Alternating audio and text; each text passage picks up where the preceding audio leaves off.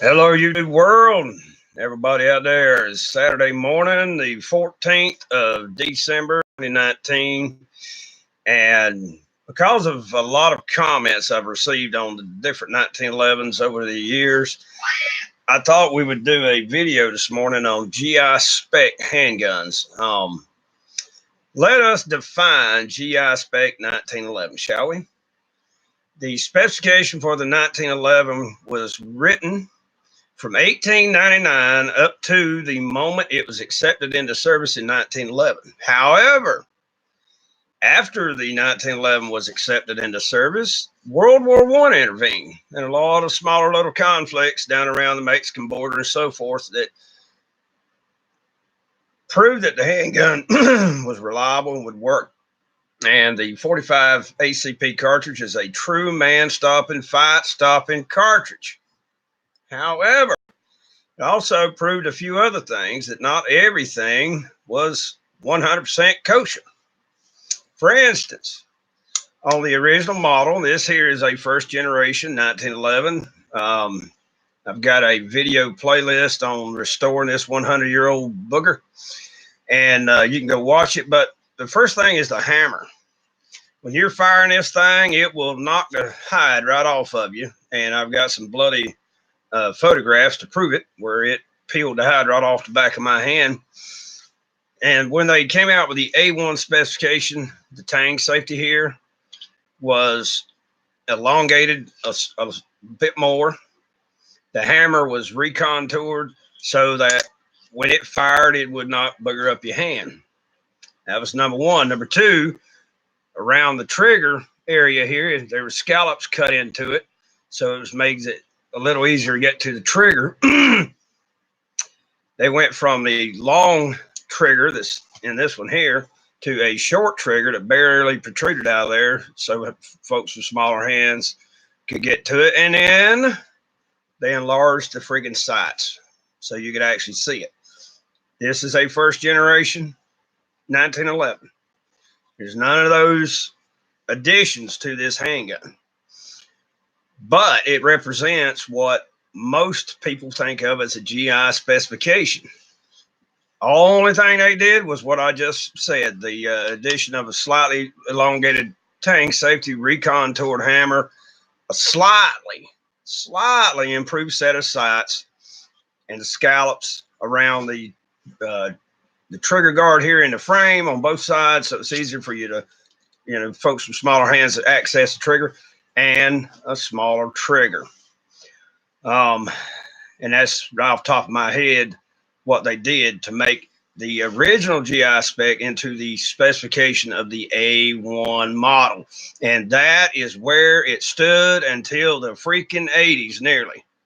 There was some other tweaking and so forth, but Colt fell down on the damn job. People had been competing from the 50s forward and had done thousands of experiments, tried all kinds of different things to make it more accurate, more reliable, and so forth. The problem with that is, such as the AMT hardballer series of handguns, they never could get on their feet right. They didn't have the ramp geometry. The internal mechanisms and the way everything was designed originally worked perfect. People got to messing with it. They started messing with not only the gun itself, but with the magazines. Now, some of it became a really awesome improvement. The modern magazines have parallel lips, okay? These are called wad cutter lips. And this makes it really reliable. But the original magazine had a wedge-shaped lips like that. And it worked perfectly with a 230 grain round nose ball ammo. Okay, worked great with it. But that was in the 20s, ladies and gentlemen, and the 40s and the 50s and so forth. This is the 21st century. There's a lot. Not only there's a lot of improvements done to the handgun for the aesthetics of the gun, but a lot has been done for the gun to make it more combat ready in a real world your life depends on the situation. So we go from the original Spec 1911 first generation to the latest generation, the Colt Combat Unit. It has what you need and nothing you don't. To my way of thinking about it. I went inside. It's still dark 30. You can see the window back there is blacked out. I went inside to grab the Colt Combat Unit and the original 1911 to have a comparison here. And the first thing I noticed, because I had it tucked, it's unloaded. I had it tucked under my arm like this. And out of the corner of my eye, I could see that beautiful green dot. Okay, so that front night sight is one of the most helpful things. The light rail, so you can have a light on there. And this is a white light, yes, but it has an infrared laser. If you bought one that was made for infrared, you could use this in total darkness with night vision. Okay, if you don't, I mean, tell you what. Okay, we're in a blacked out shop. The only light in here is this one here. Look at the spillover off of this thing. Okay, off, on. Let me see if I can get it to do it. All right, see you flickering? Now, I'm not pointing this thing at myself, okay? The camera on my end is froze up. You really can't tell it because of the computer, but it's strobing pretty damn good here. Let me turn the light back on. You got a wider magazine well, so it's quicker and easier to snap a magazine in there. They do make double stack 1911s, ladies and gentlemen, but they're freaking heavy with all that extra ammunition. Got the updated magazines with the feed lips.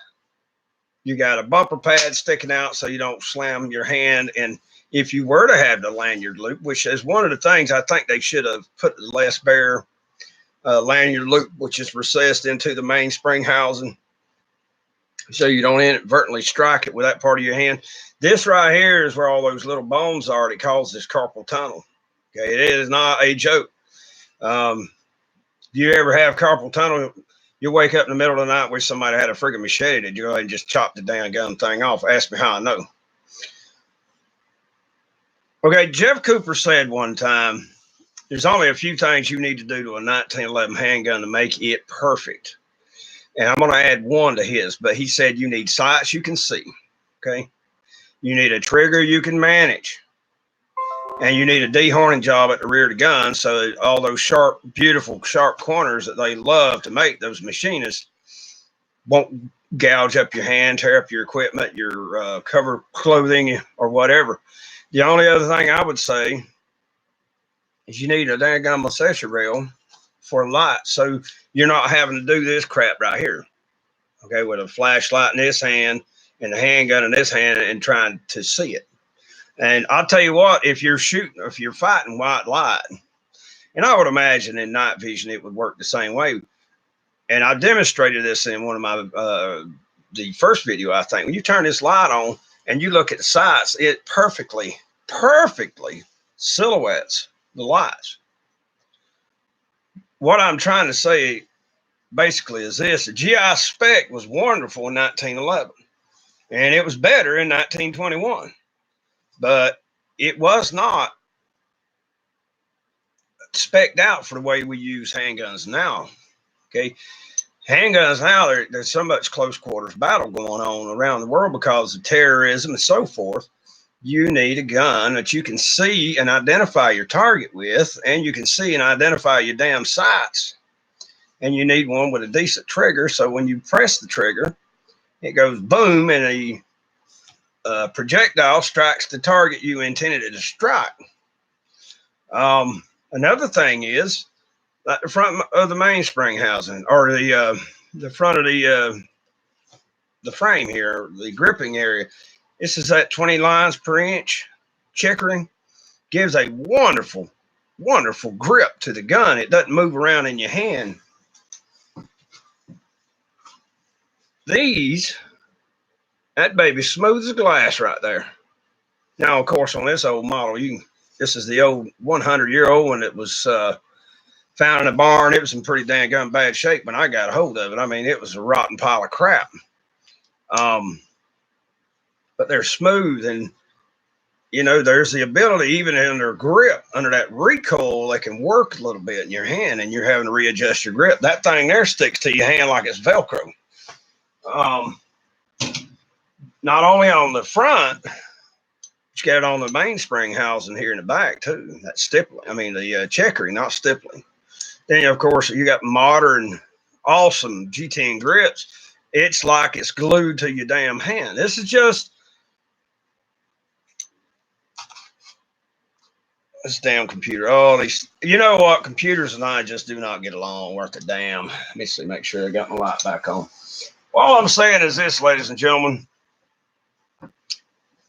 depends on the application you're going to use it for. That is a fighting handgun, the Colt. The original Colt would be relegated to home defense, in my opinion, or in everyday carry, because those original tiny sights don't snag on a damn thing. Problem is when you get up there to aim, being able to see the sight and put the shot precisely. Remember, and you know, you got your radio Rambos and you got your He-Men out there who think they're 10 foot tall and bulletproof and nothing ever happened. Maybe you win the gunfight, but maybe you accidentally hit a bystander. Now you've taken care of problem A. Now you got problem B to deal with, the law. Wherever that round hits, whatever it strikes, you bought it, baby. And if it's an innocent civilian, you don't have the badge to help shield you. I shouldn't say hide behind, because I don't believe officers intentionally shoot or just spray and pray. It's bad training in some departments. I mean, instead of teaching your officers better techniques and not only insisting, but demanding, requiring that they practice and providing them ammunition to do so with, and quality instructors, they go to tweaking the damn gun. Like New York City, they got like a 15 or 20 pound freaking trigger press. Bad training causes more of these mishaps than anything. It's not that the officers are evil. It's not that they're inept or stupid. The problem is a damn lack of training. And that goes for us civilians too. If you sit there, well, I got a gun. Okay, well, I got a coffee cup. Okay, and when I was a 1-year-old child, you could hand me this coffee cup, something you and I can easily drink right out of, and I can, as a 1-year-old, I can pour this shit all over me and burn myself. It's all about experience, repetition, and in firearms, playing guitars, pianos, video games, it's all about them learning how to use it. Practice, practice, practice, practice until you cannot get it wrong. That's one of the things I like that James Yeager has said. You don't practice till you get it right. You practice till you cannot get it wrong. That's the idea of true practice. But I mean, hell, as one damn thing, I did choose a 45 round for its legendary fight stopping capability, and it is. But it is also an expensive cartridge to shoot on a regular basis when you've got other things going on, like vehicles breaking down and, you know, your everyday bills. Thank God I don't have any kids. I'd be flat broke all the damn time. I'd have to open up me a damn whorehouse. Okay.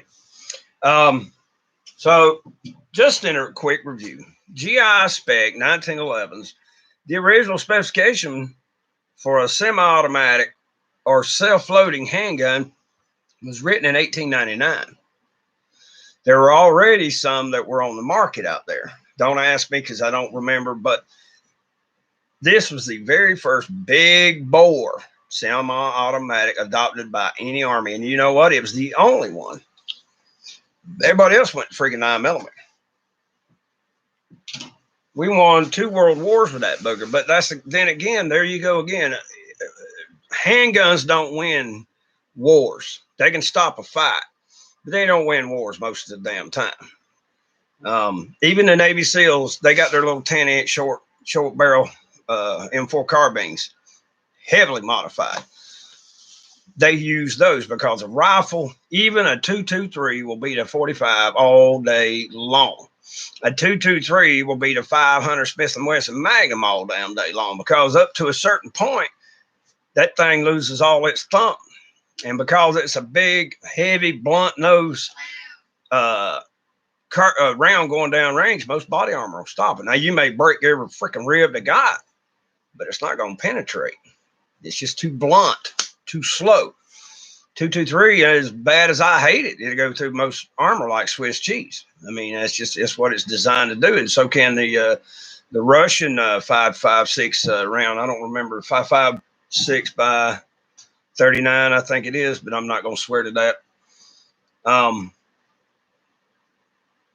But for what their intended use is, and when in the hands of exceptionally well-trained people, handguns are really awesome. But to compare a GI Spec 1911 to a modern 1911 that's of a quality manufacturer, or any other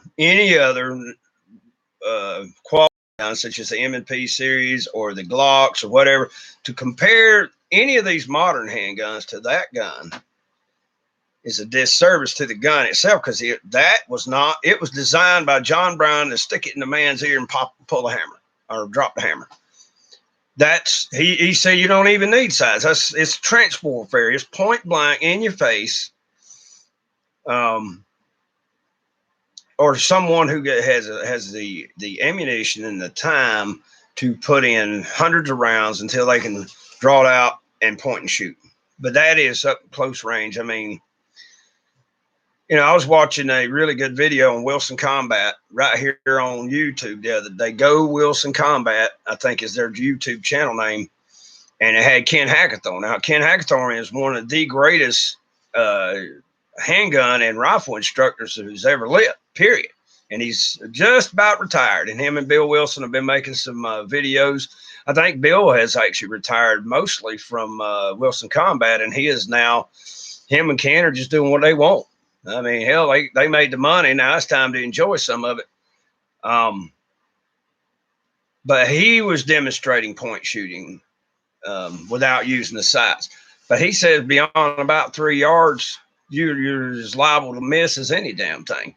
But even then, because there's sometimes the assailant is so damn close to you, or they're rushing at you. By the time you get your handgun up and out, it's a done deal. I mean, the guy's either on top of you or nearly so, and there's no time to do a proper sight alignment without putting a gun right out there where he can knock it aside and clobber the shit out of you.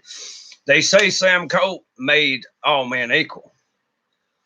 Well, we all know that's a load of crap, because you got guys like Jerry Michalek. I finally pronounced his name right, Michalek, and Todd Jarrett. Those are two of the great shooters in the world, and of course Rob Latham and so forth. But they shoot 500, 600, 700 rounds a day. Somebody else is buying their ammo. You and I are not. So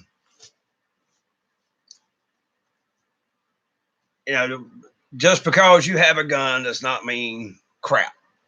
It doesn't mean crap. So you can have an electric guitar, that doesn't make you Jimi Hendrix. And even if you do practice, some people just got a knack for it. But yeah, like I said, in the modern day and age, I mean, I know a lot of people love the 1911 and the original 1911 A1, and I saw a lot of comments defending the AO. Ladies and gentlemen, there's nothing wrong with the gun other than the fact they're using cheap parts. But that's the great thing about the 1911. You can get Nolan, Les Bear, Wilson Combat, Nighthawk, Camber, Colt. You can buy all these parts. Okay. Now there's some parts you really, really, really should have a gunsmith to install. And like, say for instance, on that hammer, I said in one of the comments here in the last day or two to a fella, the hammer on that AO, the auto ordnance, I would have replaced it. But if I replaced it, I would have replaced the sear along with it and bought a matching set that's already fitted together, so they work perfect. That way there's true drop in performance. Okay. This gun has a Wilson Combat sear in it because the original sear was beat all to hell. I think the hammer was probably stuck and they probably were beating on it and it was chipped. It was no longer safe to use. Now I've got the sear. I'm not going to throw it away. It's an original part of the gun. But, you know, in that particular instance, those are your fire controls. You don't want to monkey around with that. So you buy those two parts as it's set. They're already hand fitted, you know, if it's Wilson Combat or somebody. Nolan, Nighthawk, Les Bear, Mr. Brown's company, those really high-end guys. You can buy a match set, drop them right in there, and then you've got a lot of what you need to make a really good, crisp trigger pull. But the GI Spec, when they say GI Spec, the specifications were from another time when this was just a backup arm. The sights are so crude. I mean, the original trigger on these things, they say you'd have to pull with both hands as hard as you could and stamp your foot to get it to go. And of course, nowadays, 1911's got the finest, crispest trigger there is. But in the 1911 A1 and the original 1911 like this one are from a different era. The guns were designed to do, okay, your rifle ran out of ammo and they're right on top of it. Same thing as today, but today the guy might be clearing a house with the gun, not simply as a backup. Now, that's how I intend to use it, as a backup. But even then, Betsy's 44 inches long. My M1A, M14 is 44 inches long unless a collapsed stock down, but you've still got that long damn barrel out there. Do you really think I'm going to try to clear a house with that booger? No. So either they be this or it'll be the Mossberg 590. But all of you guys out there, I'm not trying to insult the gun. I love the 1911. Mac Daddy 1911 A1 should give you a clue how much I enjoy the gun, how much I respect the gun. I am going to prove that it can be made just as damn reliable. Oh, and by the way, an idea I had, Wilson Combat also came up with the same damn idea. I wish I had one tore apart. I'm not going to do it, but on the ends, the rails that the slide rides on, okay, on the frame, they have went in there and made relief cuts every so often down that entire length of that rail. I have always thought if you did those relief cuts and did them correctly, that as the slides reciprocating in and out, any dirt that gets in there would be shoved down into those damn relief cuts, and your gun would just keep going and going and going and going. Okay, Wilson Combats are very expensive, high-end handgun. There's no doubt about it. But they are among the best of the best out there.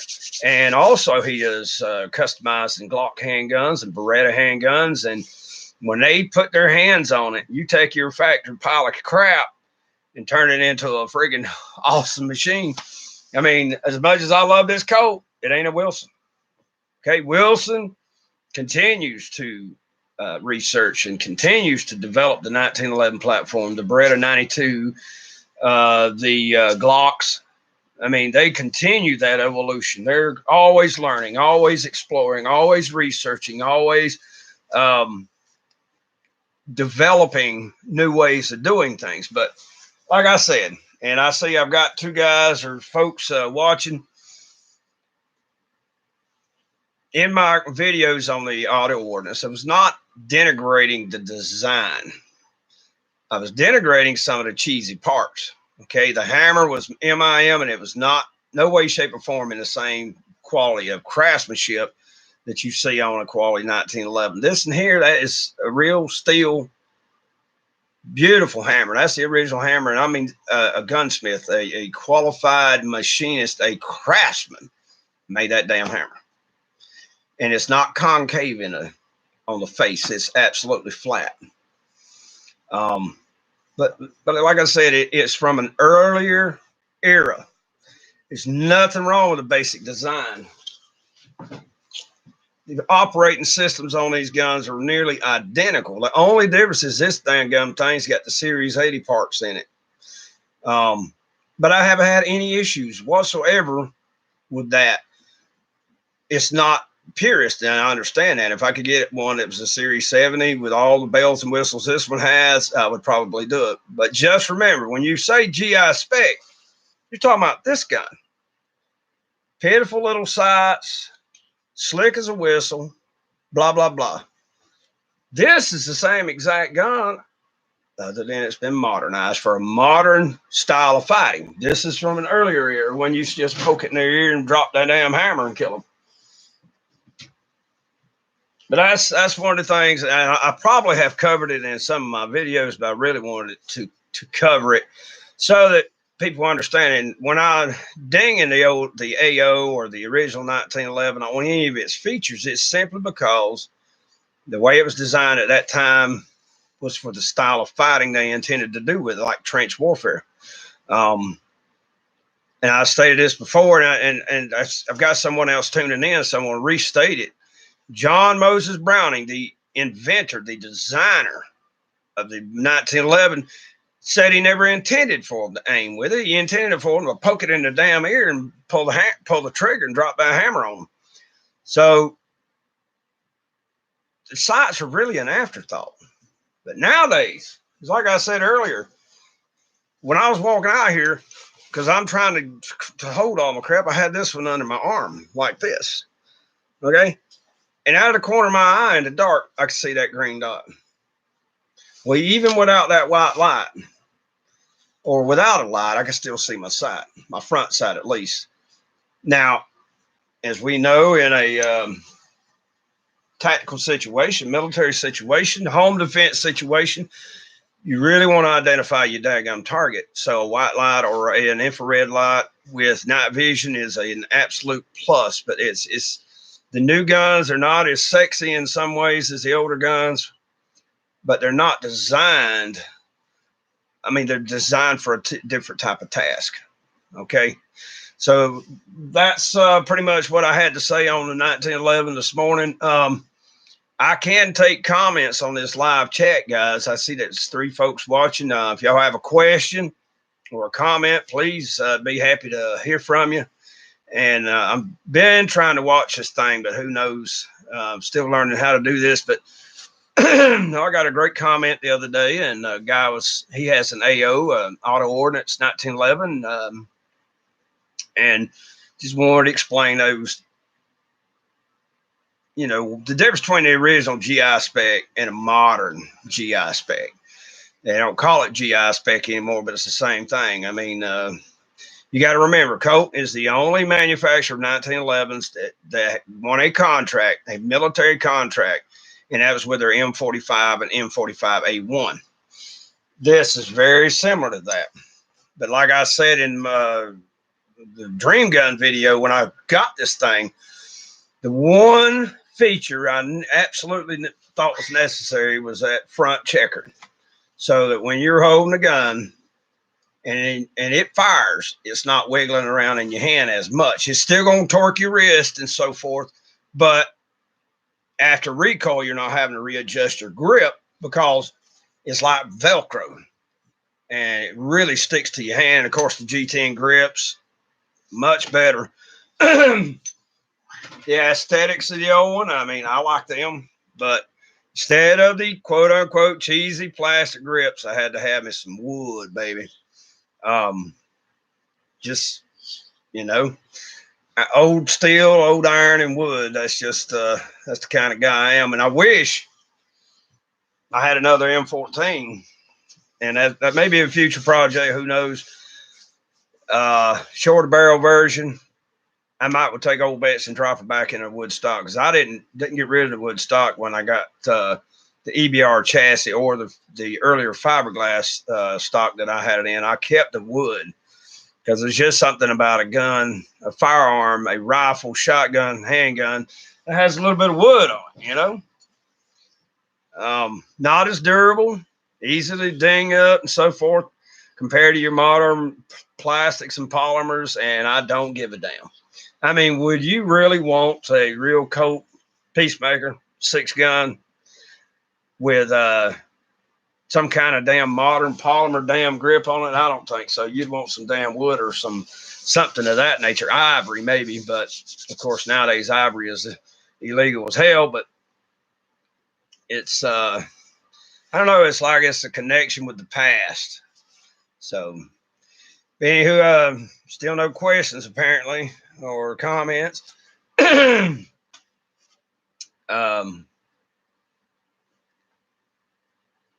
This live stream, I don't know if I'm going to try to make this a regular thing every week. I got sort of a late start. I was going to actually start at 6 this morning, but what do you guys think about that? Me just doing rambling on every weekend. I got an internet connection that's it's almost good enough. And this program, the YouTube Studio Live, it helped out a lot. The other programs, my computers just wouldn't run them, or I didn't know how to run them. Okay, we got another person and they dropped out. Sorry about that. What can you do? But anywho, I've been rambling on. It's 31 minutes, 11 seconds. Thank you for the 3 views. The 4th one who came and went. But I've already covered everything on the 1911 I really wanted to talk about this morning. If you guys have anything you guys like me to talk about maybe tomorrow morning, y'all leave me a message or whatever, and maybe I can cover something tomorrow. I will get back to making videos, but I've got to, it's the holiday season. You got things you got to do, So I will end this. Thank you very much, everyone. If you are a 1911 guy like I am, just remember, the earlier guns were designed for an earlier way of fighting, war fighting. And the modern guns are designed for the modern way of doing it. Not that the one is, well, I guess it is superior when you're actually using the sights to hit what you're aiming at, right? But anywho, thank you very much for watching, everyone. Y'all take care. We'll catch y'all on the flip-flop. This is Mac Daddy 1911A1 with the Shade Tree Survivalists, signing off.